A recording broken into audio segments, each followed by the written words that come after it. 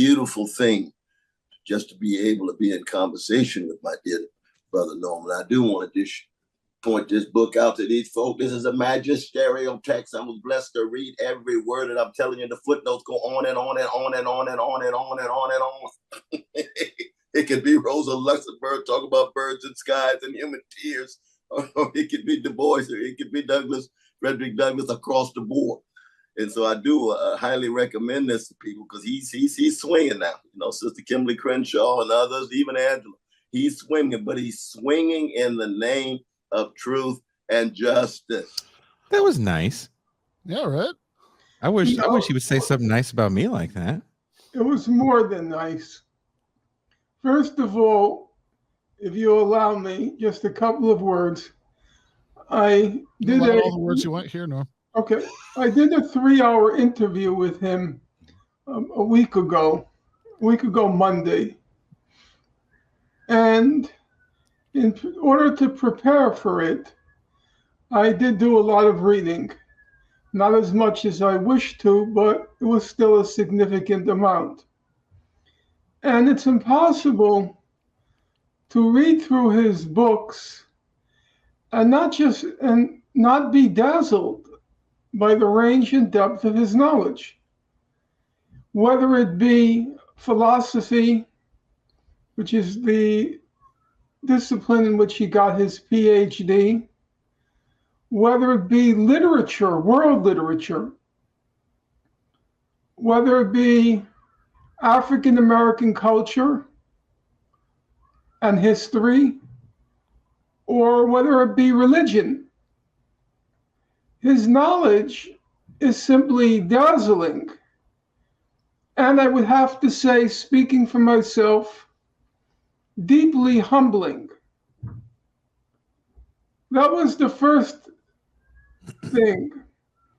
The second thing is,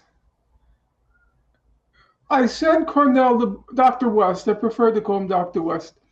I sent Dr. West my book, and with a very low expectation that he would read it, because as you can imagine, people like him are deluged with packages of books delivered to his door by every Tom, Dick, and Harry, hoping Cornel West will read it and will promote it. Much to my surprise, and I mean that, because the book is not short. It's 511 pages, and it's very densely footnoted. It became apparent from that 3-hour interview, he had read every word of the text and every word in the footnotes. As a matter of fact, at several junctures in the interview, he bemoaned and lamented those footnotes, but he could easily have skipped them, but he read them. It was very clear to me. Number 3, he knew that this book was not well received. It was, especially by his constituencies, because it has scathing chapters on people like Kimberly Crenshaw, Ta-Nehisi Coates, Ibram X. Kendi, and also on Barack Obama. So, especially given that he's in the midst of a presidential campaign, it would have been very prudent of him not to mention the book, even if he had read it. But without any prompting from me, none, he picked up the book and started to very generously praise it. And at the end of the interview, he went into some length about why he liked the book. I sent that passage to Ben this morning. I don't know if you received it. I did, yeah. And it was not only a deeply moving statement by him, but he was, I would say, the only one who was able to distill the essence of the book. He said the great virtue of the book was it brought to bear a whole tradition of the left that nobody knows about and next to which what's being said now is so impoverished. And that was the purpose of the book. Instead of writing a memoir of my life, because frankly, my life was not that interesting. I was not bar mitzvahed. I did not get married. I did not have children. I did not travel. I just read, worked, and my politics. That was it. But I did feel that in my life, something of some modest significance happened. Namely, I grew as a political person. And I now have a pretty sharp eye for what's nonsense and what's substantive. And I also don't fear speaking my mind, except if I'm erring in my judgment. If I'm erring in my judgment, I find that deeply humiliating when it's shown that I've erred in my judgment.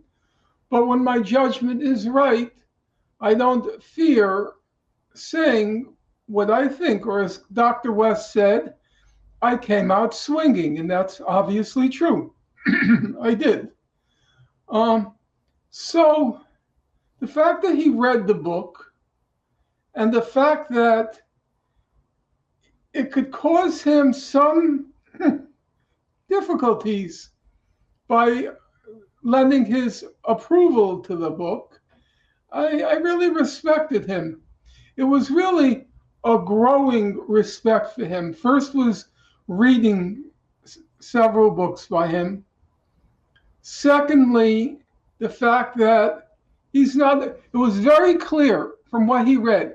His range, from what he wrote, his range is breathtaking, but it was very clear by the precision of his remarks that the books that he refers to, and I'm talking about a uncountable number of books, he had read them. It was not just name dropping. He had read them. So already going into the interview, my opinion of him had significantly increased, because I really didn't know in the past. I'm a skeptic about people who make it at mainstream institutions. And obviously there was a period in Dr. West's life when he was a kind of superstar. Well, you might recall there was a period when when Harvard started up what it's called its dream team. Do you remember that? You may be too young to remember it. It's when they made these big hires of Henry Louis Gates, Cornel West, William Junius Wilson, and the philosopher, his name you must know the philosopher, the African-American philosopher, Ben. Yeah, so it's the... He was, I think, who? Appia is his last name? name? Yeah, from Appia. Yeah. And that was the dream team. And it was widely promoted. And of course, I being who I am, I'm immediately suspicious of a Harvard contrived dream team. And this was roughly when he was in his 40s. So I was skeptical, I will admit. And it was only now when I had to prepare for the interview that I was hugely humbled. And then he endorsed the book early on in the interview and then at the end. And in the middle, I had a very, let's just call it, incendiary question about white liberals, and in particular, white Jewish liberals. Mm-hmm. I had sent him the questions in advance. And the questions were very large, they were long questions. And I said to him, Dr. West, if you don't want to answer this question because it's going to harm your presidential campaign, that's fine. We just move on. Because he already knew the questions in advance. And I was again surprised. He said, no, we can have a Socratic dialogue about it. It would have been very prudent for him to say, you know what, Norm, that question's going to get me in such big trouble. Let's just skip it. And I would have said, fine. He didn't dodge it. So I walked away really unusual for me. I walked away with there's an expression in English, familiarity breeds contempt. Mm-hmm. The more the more closer you are to a person from afar. That's what that expression came up with Robert Bork, if you remember, the Supreme Court nominee. Mm-hmm. And Robert Bork taught at Yale. And they asked one of Robert Bork's colleagues at Yale, so what do you think of Robert Bork? And he replied, familiarity breeds contempt. Bork the conspiracy. And here, I really got to see Dr. West's mind at work close up, and his principle at play close up. And it was a good show. Nice. It was a good show. If he were to win as president, I'm not speaking like a white liberal. I'm speaking factually. Mm-hmm. If he were to win as president, he would be, with the possible exception of Theodore Roosevelt, whose reading was beyond belief, with the exception of the possible exception of Theodore Roosevelt and maybe Woodrow Wilson. I've not studied Wilson closely. Wilson was the president of Princeton, and I suspect he was, a crackerjack mind. I know that for Theodore Roosevelt. With one or two exceptions, meaning Roosevelt and Wilson, I think Cornel would have been by far the most learned person to ever sit in the Oval Office. He would be the most learned person to have sat in the Oval Office. It's just I'm not saying he was necessarily the smartest, because as you know, there are different aspects to smartness. Bill Clinton was very smart, extremely smart. I don't believe he had the same kind of mental discipline.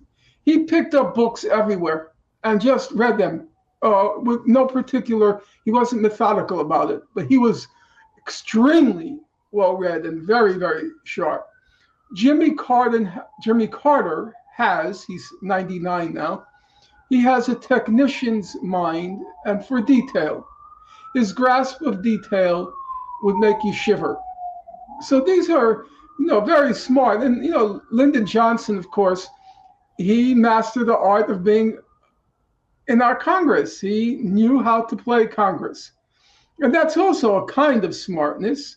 But in terms of just learnedness, I would say Dr. West would be among at least the top 5 and maybe the top 2. Yeah. I mean, look, I think a world where Cornel West actually could be president would be a much better world than the one we live in. I'm not writing it off. I'm going to say my attitude is wait and see.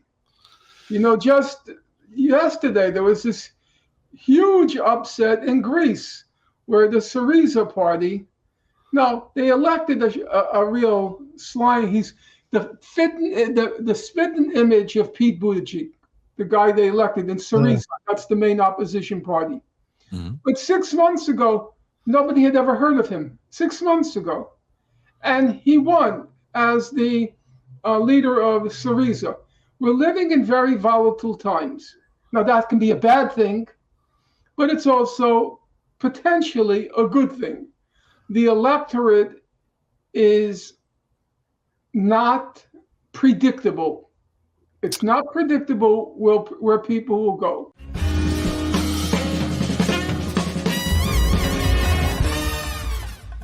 You have been watching free public content from Give Them an Argument.